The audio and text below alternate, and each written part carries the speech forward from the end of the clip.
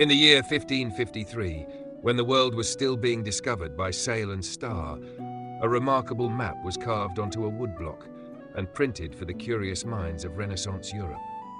This is the Charta Cosmographica, created by the German polymath Peter Apian, enhanced by the brilliant Gemma Frisius, and published in Paris by Vivant Gaultherot. Unlike modern maps that stretch continents across flat projections, this world floats inside an elegant rounded rectangle. Surrounding it, the zodiac and the winds, a marriage of mythology and science that was typical of the 16th century. This was a time when the boundaries of the earth and the secrets of the heavens were charted side by side. Around the map's edge, faces emerge from swirling clouds. These are the Venti, the ancient wind gods. Each one breathes life into the world with a different force, from Aquilo in the north to Zephyrus in the west. Sailors depended on these winds. Here, they are not just directions, but living spirits, shaping the journeys of explorers across uncharted seas. Look closer at the lands that fill the eastern horizon of this Renaissance world. Here is Persia, or Persa, nestled under the grand label Asia. In the 16th century, Persia evoked silk roads, scholars, and magnificent empires. For Europe, it was both gateway and barrier, the crossroads between east and west, real yet partly imagined through travelers' tales. And far beyond Asia's mainland, you can glimpse islands hinting at Japan, often marked in old maps as Cipangu, following Marco Polo's writings. To Renaissance Europe, Japan was a shimmering legend of gold and porcelain, only just beginning to be encountered by Portuguese traders around this time. And just off the western shore of America floats something whimsical, a mermaid or siren. In early maps, creatures like mermaids and sea monsters were common. They were warnings and wonders, filling the vast unknown seas with mythic life.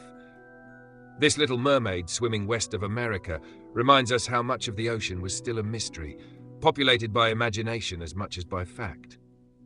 Maps like this didn't just chart coasts and kingdoms, they teemed with life. Look at the labels across the Americas.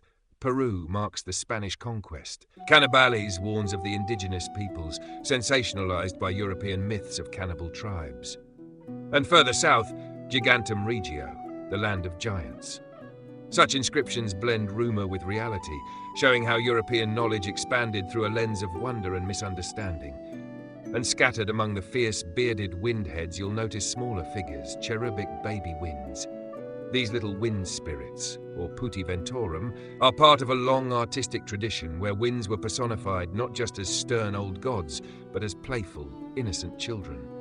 They puff out their cheeks and blow streams of air onto the world map below. These baby winds symbolize gentle breezes, the mild, temperate winds compared to the stronger cardinal winds like Aquilo or Zephyrus. They represent the natural forces that shape Earth's climates, oceans, and sailors' fates, from soft trade winds that guided ships to the brisk northern gusts that brought storms.